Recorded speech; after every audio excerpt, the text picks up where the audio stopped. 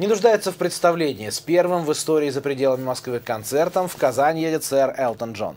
Одна из самых ярких фигур мирового шоу-бизнеса выступит только в декабре, а уже сейчас раскуплено более 1/3 билетов. Цены недешевые. Есть билеты и почти за $1000. Затраты на проведение концерта легенды поп-музыки больше $1 миллиона. Впрочем, и готовятся к приезду сэра Элтона Джона тщательно. Над акустикой в Татнефть-арене поколдуют настолько, что по звучанию она должна превратиться в оперный театр.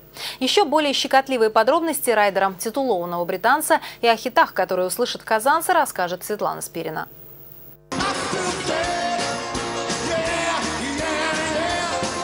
Достаточно пару нот, чтобы не ошибиться, а кому-то прослезиться. Поет сэр Элтон Джон. Харизма, тембр, который уже пленили миллионы людей по всему миру, скоро покорят и нашу столицу. С первым концертом в Казань едет Элтон Джон.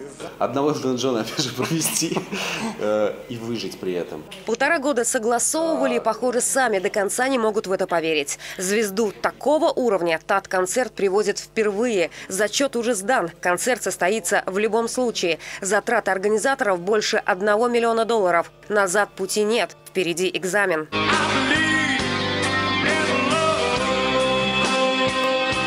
Чтобы зазвучать на уровне Европы, над акустикой Татнефть-арены поколдуют настолько, что по звучанию она превратится в оперный театр. Даже размер экрана в этот раз будет под стать звезде. Огромный, уверяют организаторы. В остальном легенда поп-музыки неприхотлив. 2 лимузина от аэропорта, личный полицейский кортеж и, конечно, печеньки. Элтон Джон сладкоежка, поэтому чем больше сладостей, тем лучше.